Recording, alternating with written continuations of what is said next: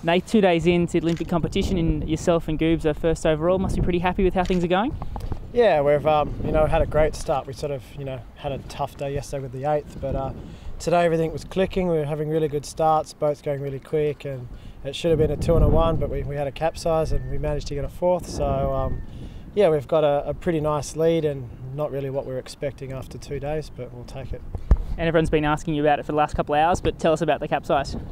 Yeah, it was just a really simple, mistake. Like, the weather was, perfect for sailing. It wasn't difficult at all, and final jibe, maybe a little bit too relaxed going into it, and just sort of got a little bit too far back in the boat. And as I went through, instead of going around the front of the tiller, my leg just bumped the tiller as I went in, and the boat did like a big round-up, and I got thrown out the back. And these things happen sometimes. It's I was talking to my coach about it earlier, and he said that weird stuff's going to happen at the Olympics. People are going to make mistakes and errors, and thank God it was only a 4th that was our error, and hopefully we can learn from it a bit, and just keep the communication good between Goobs and myself when we're racing, and try and avoid problems like that. So you reckon you'll try it for the swim team or the synchronised diving team now? Yeah, I've had a few comments about that. Maybe I should swap sports, but I swam pretty quickly to get onto the board, but I can't go much further than about 10 metres, so luckily we got the life jackets out there. You spoke just a bit earlier about Ian's reaction, just so quickly pulled the sails down. I mean, is that, talk a bit about him and what how good he is? Yeah, he's got really good instincts. He's sort of, even though he knows, like, I've made the mistake at the back, there was no blame from him. It was like, all right, okay, how do I fix this? How do I make it happen quickly? And he's like, well, I'll get the kite down. So the kite was down and in the bag before the mast even hit the water. And I swam around the back, and by the time I was on the board, he was on there, and I'm like, swearing and just carrying on.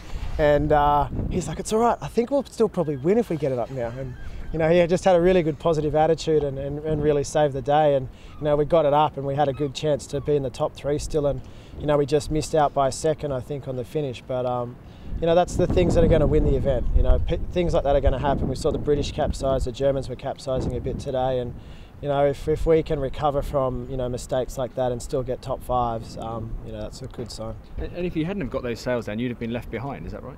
Exactly. We still have to pull the kite down, but had it have taken a bit longer and the boat had gone upside down, it would have been like a teens result. So we've had we've been sailing a long time, and in these boats you capsize a lot, and every time you capsize you practice getting it up as quick as you can, and we've got it down to a bit of an art, but sometimes you can get lucky or unlucky with how the boat spins. Had the boat been angling a different way into the wind, it might have gone upside down. So there's some skill to capsizing and how to fall as well, and we kind of fell the right way today.